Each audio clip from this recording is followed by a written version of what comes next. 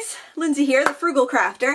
I wanted to come on today and chat about something that that I've heard a lot lately, and I kind of want to do this as a bit of a public service to my fellow art and craft YouTube community, because I think saying this is going to help not only my channel, but other crafters and artists on YouTube, because of the perception of what we post versus what actually gets in front of your eyeballs. YouTube is a social media platform, and I don't know if, I don't think we really think of it as a social media platform as much as we think of it as entertainment or a search engine, or, you know, just a place to find out stuff that we need to know. So let's say, for instance, it's like 10 years ago and you went onto YouTube and you needed to know how to make a loaf of bread, and you typed in, how do I make a loaf of bread? And so you probably got, you know, maybe 15 results on how to make a loaf of bread, because this is 15 years ago. Now you'd probably get 5 million. And you see the first, you know, 5 options, and so you click a video. Well, that looks all right, but I'm gonna try another one. Oh, that looks all right, I'm gonna try another one. Oh, that's the bread I want to make. And then you pause it and you go and you make your bread and you go on your merry way.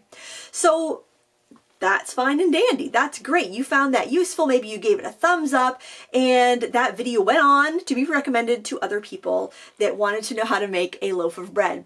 So nowadays, though, today, say if you went on YouTube and typed that same search engine in there, that same query in, and you watched a couple of videos before you found that one that really worked, and then you left your computer to go make your bread, that video that you left YouTube on would be sent into oblivion. YouTube would say, oh, people watch that video and they leave. Especially if it's the best video out there, because probably once you figured out what you needed to do, what you went to YouTube to begin with for the first place, you know, that's the thing that actually sent you off YouTube to go do the thing that you were looking at how to do. Does that make any sense? So that video would be punished. That video would be not recommended the next time somebody typed, how do I make a loaf of bread? Because YouTube would say, oh, when people watch that video, they stop watching YouTube and we lose money on advertisements. So we don't want that to happen. Well, the same thing happens with your artsy and crafty YouTube friends. So if you are searching, how do I use distress oxide inks? And you see a bunch of videos come up and you watch a couple, and then one goes, wow, yeah, that's what I want to do. And you pause YouTube and you go off the computer and you go make some beautiful, wonderful distress oxide projects. YouTube says, huh, when people click on that video, they leave YouTube. Well, that must not be a good video. We are going to suppress that because we don't want people to leave YouTube. You have to understand that the goal of YouTube is to keep people watching for as long as possible. And when videos make people go away, they punish those videos. Now, the thing is with all your crafty and artsy YouTube friends is that our job, what we're called to do, what makes us happy, is inspiring you to go make art and create things. And if you get inspired and then you leave YouTube and you go create things, that pushes our category down. So I was kind of thinking about that, and I was like, boy, that's too bad that that's the way that YouTube works. What can we do about it? And then I got a couple comments on my channel, and I know other people have gotten comments like this on theirs. So I'm going to go ahead and talk about it. So I got a comment this morning that said, finally, you're posting card making projects again. I almost unsubscribed to you. I'm so glad you're coming back to posting card making projects. I thought, well, I just posted another one 2 days ago. I post 2 card making and stamping projects a week. That's weird. I wonder why they're not seeing those. So I would reply, well, I post 2 a week. I don't know why you're not seeing them. Maybe visit my channel page and click on videos and you can see all the ones that you probably missed. And then, but a couple days earlier, I got a comment saying, finally, a watercolor tutorial. Thank you for coming back to watercolor. It's like, I post a watercolor video every Wednesday. A lot of channels don't even post something every week.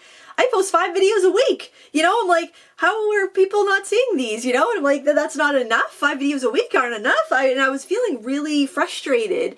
And of course I replied, I post at least one every week, sometimes a couple. I don't know why you're not seeing these. And then I look in videos like this where I'm just talking to the camera. People will comment on these, well, I don't watch your channel to watch that. I want to see crafting tutorials. It's like, well, there were 4 other crafting and art tutorials this week. Did you watch any of them? If you did, you didn't comment on them because you're just saying how much you hate my channel now.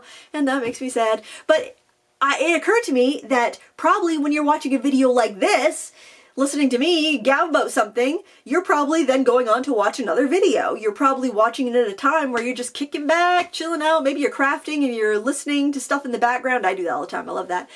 So you're probably watching that, and you're clicking on to somebody else's video, watching that, or letting autoplay go. So YouTube says, aha, these videos where this crazy lady just talks to the camera for 20 minutes, that's what we need to promote, and that's what we're going to show to her subscribers, because people like to stay on after that. They watch those videos longer, and then they go and watch some other things.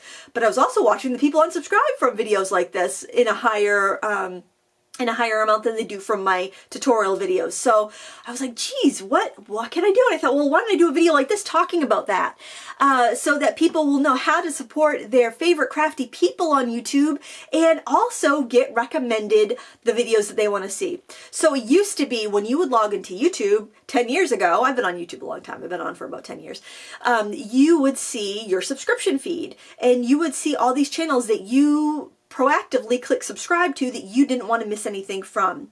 And I love that. That was great. I never missed anything from my favorite creators. Now the subscription page is kind of hidden. You have to click, if you're on the computer, you got to click those 3 little lines up in the corner and then click subscriptions. And then it brings you to another page where you'll see the channels you're subscribed to in reverse chronological order. So newest things first.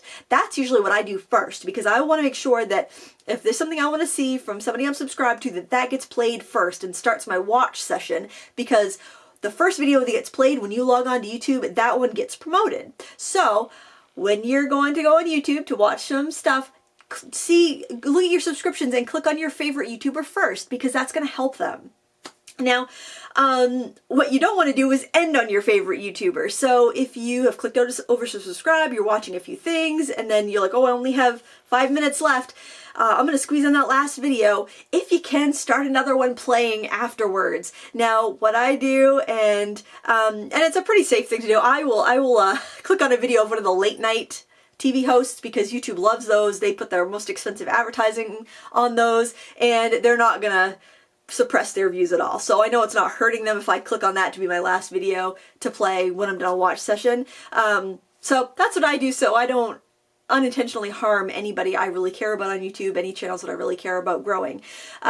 So that would be my first tip. If you're not seeing my videos, or you're not seeing the videos of your other favorite crafty YouTubers, click your subscription box first and see what people have uploaded recently before you go to your homepage. Your homepage is going to be the videos that YouTube thinks you want, because they're the ones that keep you glued to YouTube longer. So say you're similar to me and we have the same interests, and they might say, well, Lindsay watched this video and she watched it, and then she watched 10 more videos, so I'm gonna recommend this video to this person who has similar interests.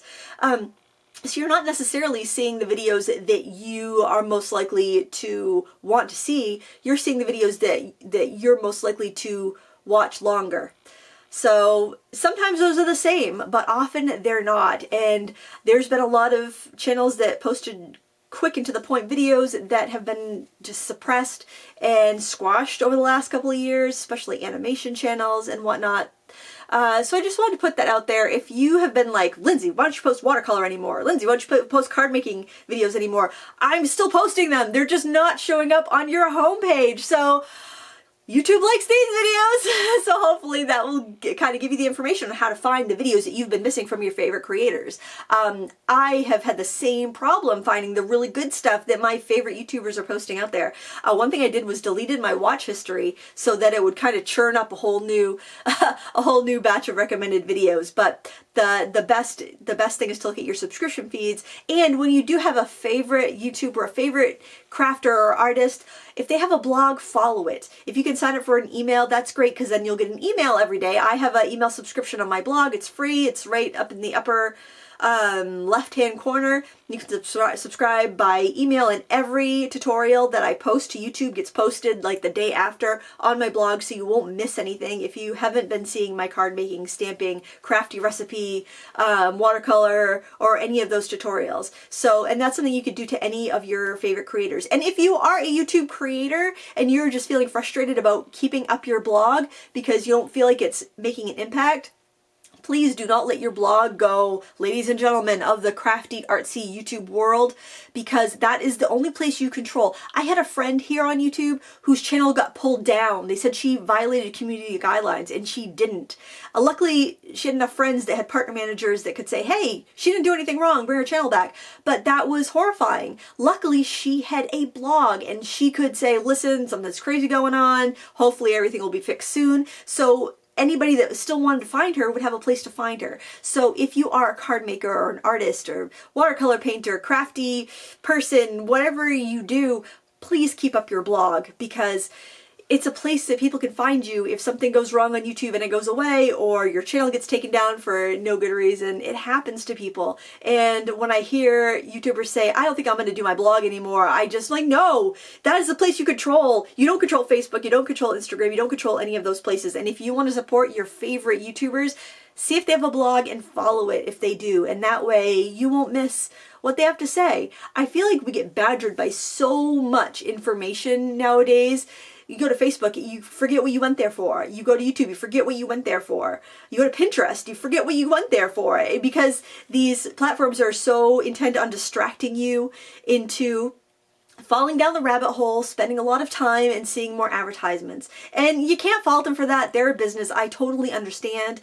But you can be really proactive with how you spend your time and the content that you want to watch. Make sure it's valuable to you.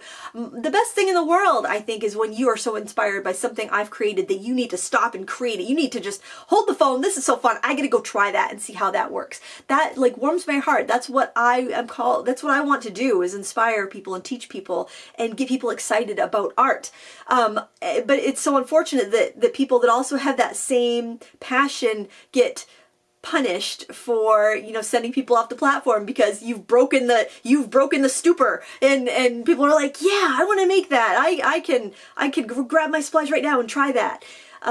So I just want to make sure that you're aware of kind of how things work on the back end, and that you foster the channels that you care about on YouTube, because there are some really wonderful artists and crafters out there, and it just kills me when their channels just fall off the map and die because they're so inspiring that people leave to go make stuff. So it's just a thought.